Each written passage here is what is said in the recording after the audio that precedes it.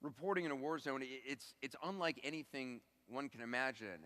It's the closest thing you can experience to being in combat, though being in combat is obviously far more intense. Your whole body, all your senses are locked and loaded. There's nothing like that feeling. You're running towards what you should be running from, and the air itself seems to hum, and you feel alive in a way that you never feel alive anywhere else. And the truth is that coming back home isn't easy. The more you're away, the harder it gets. You come home and you feel like you can't speak the same language as everybody else.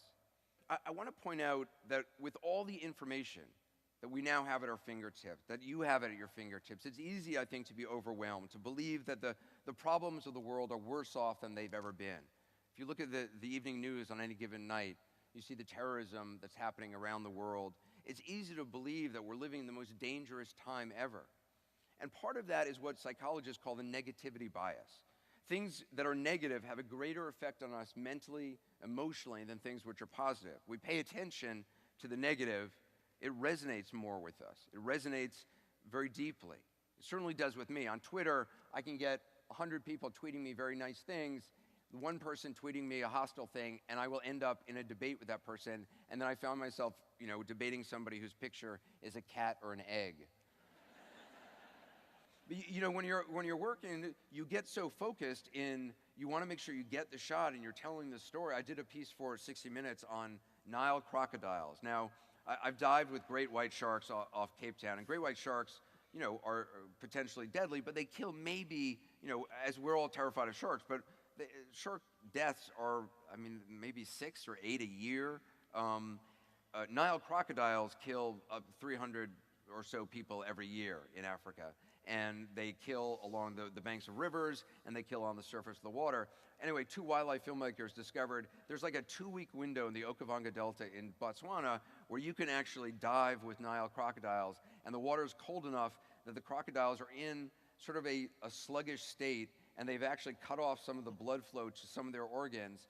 So these wildlife filmmakers have this theory that there's a 2-week window where you can dive with them. And I, being the only one at 60 Minutes willing to squeeze myself into a wetsuit, because we're not going to ask Morley Safer to squeeze into a wetsuit.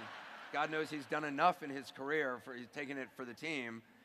I'm like, yeah, I'll go. So I found myself going and diving, and I'm not a good diver. I don't really, to be honest, I don't know how I passed the certification. I don't know what the needles are. I never know how long I can stay underwater, and I'm narrating while I'm underwater, so I'm talking and sucking up air, and it seems like twice the rate of anybody else.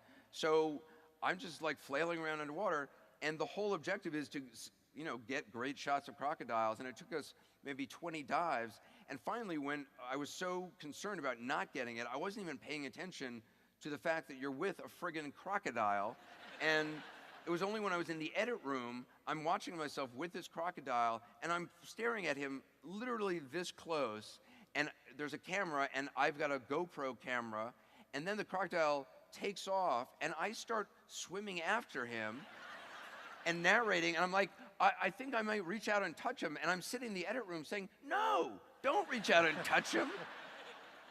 The second guy is somebody who, as a viewer, I watched from the time I was a kid. And from the time I was a kid, I don't know what it was, his writing just spoke to me, and he was somebody I was just drawn to, a man named Bob Simon, who, so he died a couple weeks ago. And he was somebody who, I don't want to pretend like I was a great friend of his. I had the privilege of working in the same office as him and, getting to know him just a little bit. But he was so important to me, just learning how to, trying to write and learning about the importance of writing, the importance of having a voice and learning to write in your own voice. And he was just a remarkable, remarkable talent. And if I could have, 1/10 the career that he had, I would consider myself a very lucky man.